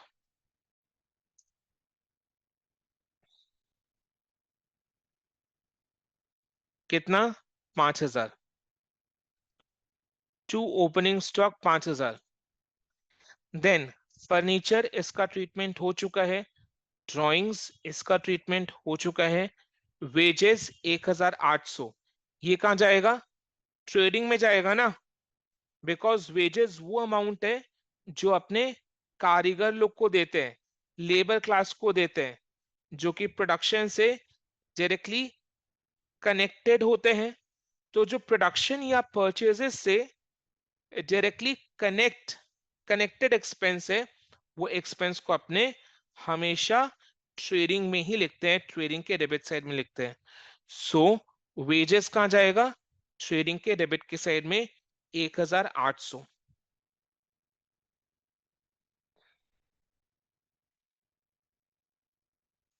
देन उसके बाद देखो, परचेजेस, इसका ट्रीटमेंट हो चुका है। देन एडवर्टीजमेंट 1,400, एडवर्टीजमेंट कहाँ जाएगा, पीएल के डेबिट में, टू एडवर्टीजमेंट 1,400।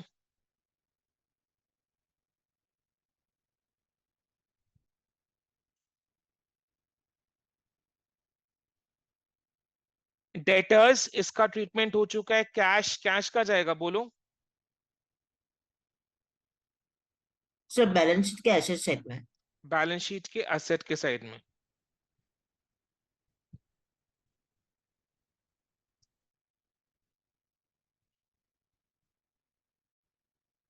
बैलेंस शीट के असेट के साइड में कितना, 3,200।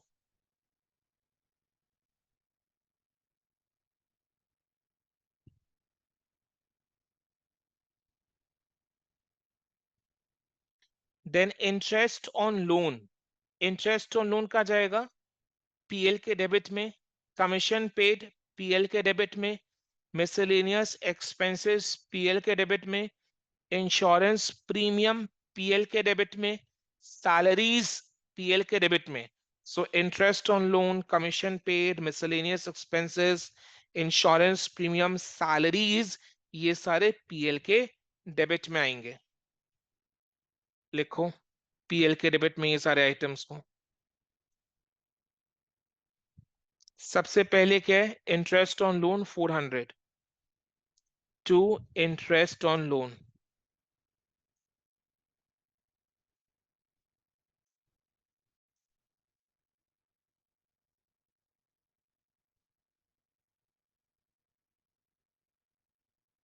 Commission paid 600, to commission paid 600।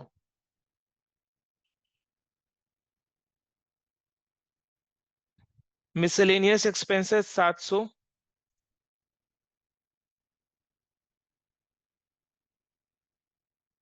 To miscellaneous expenses 700, to insurance premium 800,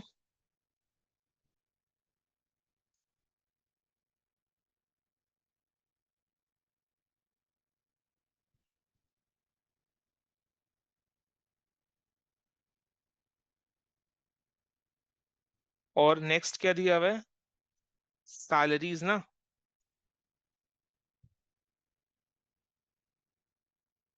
to salaries,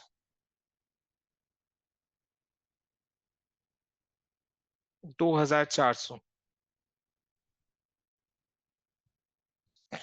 ये 5 एक्सपेंसेस अपने लिख लिए। नेक्स्ट, ट्रायल बैलेंस का डेबिट का साइड में जितने भी सारे आइटम्स है उसको यूज करना हो चुका है। देन नेक्स्ट, ट्रायल बैलेंस के क्रेडिट के साइड में आ जाओ। कैपिटल, ये 30,000 अपने यूज कर चुके। क्रेडिटर्स यूज हो चुका है।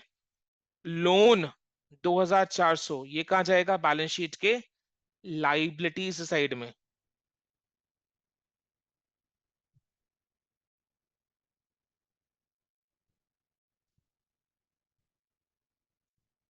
2400।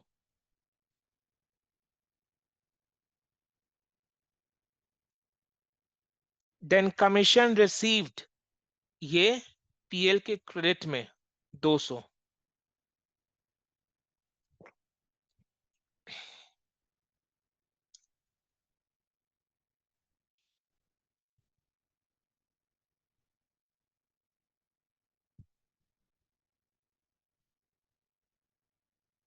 देन लास्ट में क्या आइटम दिया हुआ है? सेल्स 28,700।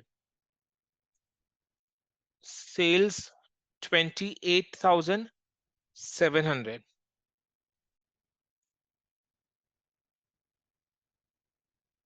By sales. ठीक है। सो ट्रायल बैलेंस के क्रेडिट के साइड में भी जितने सारे आइटम्स है उसका एक बार यूज करना हो चुका है। यानी ट्रायल बैलेंस के डेबिट साइड क्रेडिट साइड दोनों साइड के आइटम्स का यूज करना हो चुका है। यानी क्वेश्चन में जितने भी सारे आइटम्स है, ट्रायल बैलेंस में हो या एडिशनल इंफॉर्मेशन में हो, उसका इफेक्ट डालना हो चुका है। लास्ट में अपने क्या करेंगे? अब वाइंड अप करेंगे सम को। कैसे करना है बोलो? सबसे पहले ट्रेडिंग अकाउंट को बैलेंस करके ग्रॉस प्रॉफिट या ग्रॉस लॉस को निकालना है। ट्रेडिंग अकाउंट को बैलेंस करो, कितना आ रहा है? ग्रॉस प्रॉफिट या ग्रॉस लॉस का अमाउंट कितना आ रहा है?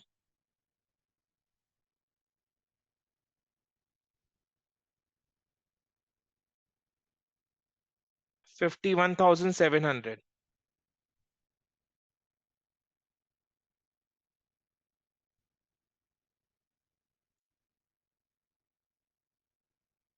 कितना आ रहा है gross profit? 29,700 to gross profit C by D. C by D क्यों लिखे? बिकॉज उसको अपने कैरेट डाउन करेंगे in the profit and loss account, the second part, उसमें अपने इसको नीचे लेकर जाएंगे। 20 क्रेडिट करेंगे 29,700 प्रॉफिट एंड लॉस अकाउंट के क्रेडिट के साइड में लिखेंगे ग्रॉस प्रॉफिट का अमाउंट। फिर अपने प्रॉफिट एंड लॉस अकाउंट को बैलेंस करेंगे। प्रॉफिट एंड लॉस अकाउंट को बैलेंस करेंगे, जो अमाउंट आएगा उसको अपने क्या बोलेंगे? Net profit.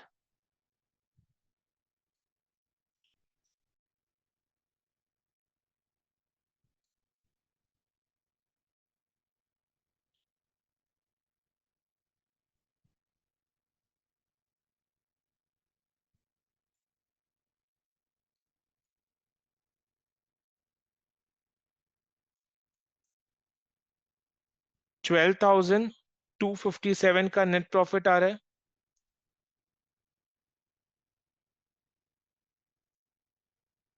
ठीक है, ये नेट प्रॉफिट को अपने क्या करेंगे? कैपिटल अकाउंट में ऐड करेंगे। बिकॉज बिजनेस जो भी कमाता है ना, वो किसके लिए कमाता है? अपने प्रोप्राइटर के लिए कमाता है। और प्रोप्राइटर से जो लेना देना का हिसाब किताब है, वो कौन से अकाउंट में मेंटेन होता है? कैपिटल अकाउंट में मेंटेन होता है।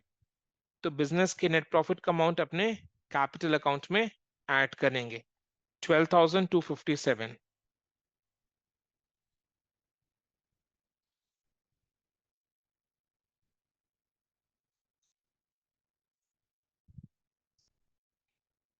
बैलेंस शीट के लाइबिलिटीज साइड में कैपिटल में नेट प्रॉफिट ऐड करो 12,257 और कैपिटल अकाउंट का क्लोजिंग बैलेंस निकालो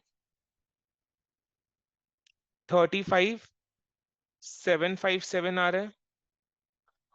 लास्ट अपने को क्या करना है, बैलेंस शीट के जो दोनों साइड्स है उनका टोटल करना है।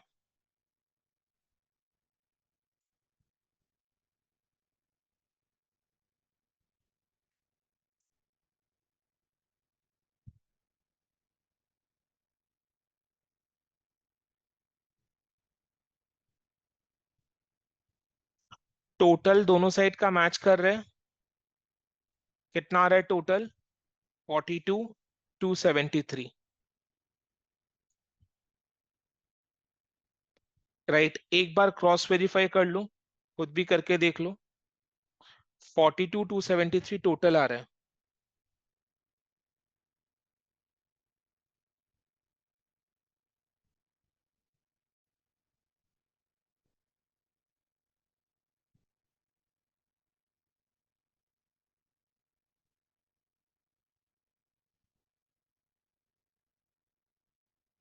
ठीक है,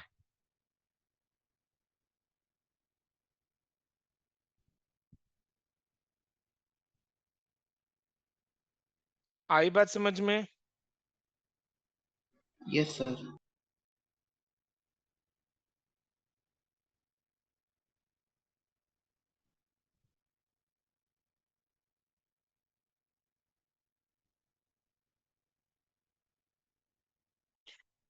तो इसी के साथ क्वेश्चन नंबर 4 अपने सॉल्व कर लिए। इसी के साथ आज का क्लास अपने वाइंड अप करते हैं। राइट, हमारा जो दूसरा सेशन है वो आज ही है, 4 बजे रखा है। राइट, तो there is a break, so we'll meet for the next session at 4 p.m. अभी के लिए इतने, thank you so much and have a very good day.